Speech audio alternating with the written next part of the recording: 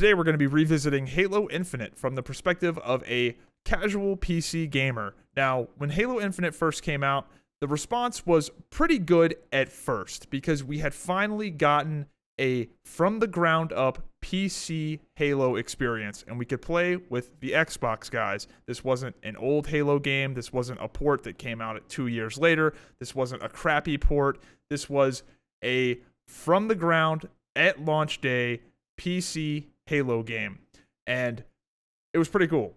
A lot of people really liked it, and it had really high Steam users. A lot of people were playing the game. It was free to play. It was snazzy, cool graphics, pretty good gameplay. But then things started to fall apart. The crashing, the progression was a little bit lame, and most importantly, to the people that stuck those two things out, the thing that killed the PC player base the quickest was the fact that mouse and keyboard was not competitive.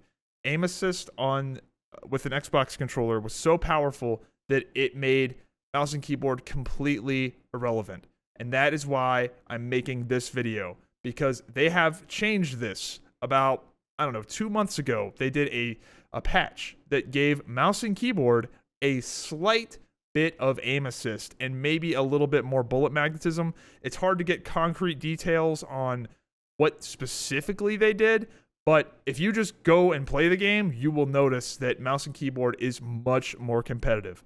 Now, it is not the optimal setup. If you're going to play the game hyper sweaty competitive in ranked arena with those short lines of sight and with the shorter sight lines and whatnot, the Xbox controller is still the best. That's why all the pros that are competing are still using Xbox controllers. Apparently, there is a guy playing with mouse and keyboard now. There is one guy. Finally, there is somebody doing it. But for the most part, in that particular context, the Xbox controller is still the best. But with that being said, mouse and keyboard is much better than it used to be. And in fact, I would say it may even be better in things like big team battle, and quite frankly is just outrageously powerful in something like Tactical Slayer, if it's with a commando or a DMR. The single shot weapons with mouse and keyboard on Halo Infinite right now are amazing. The pistol, the commando, the bandit, the sniper, oh my goodness, these guns are incredibly powerful on mouse and keyboard right now.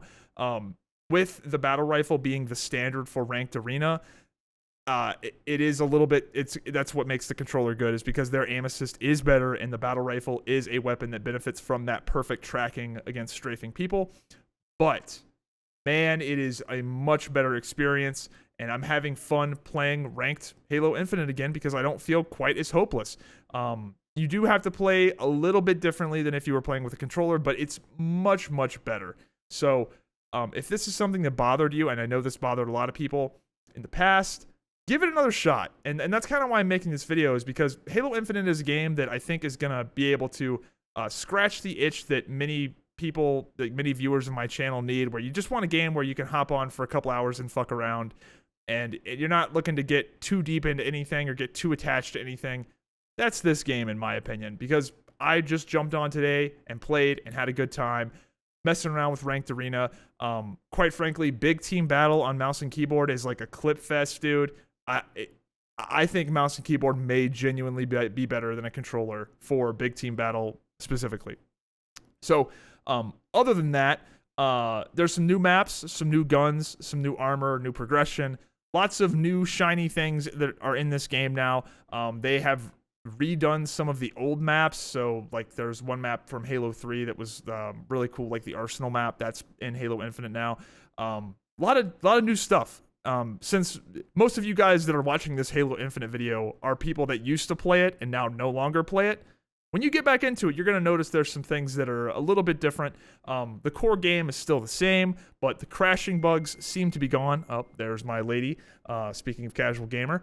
But the crashing bugs seem to be gone. The crazy lag desync, haven't run into that yet.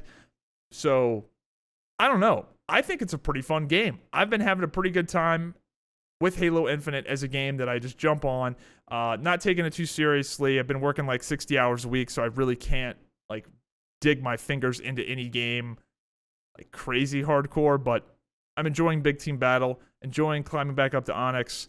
And if you thought this game was a disappointment at launch, give it another shot. Again, this game's multiplayer is completely free.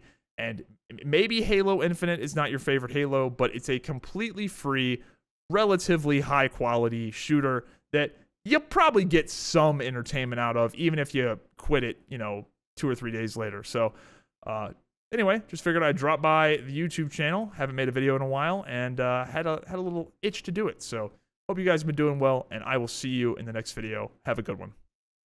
Hope you enjoyed the video. If you did, be sure to subscribe with notifications on. Follow me on Instagram and Twitter, and join the Discord. It's free.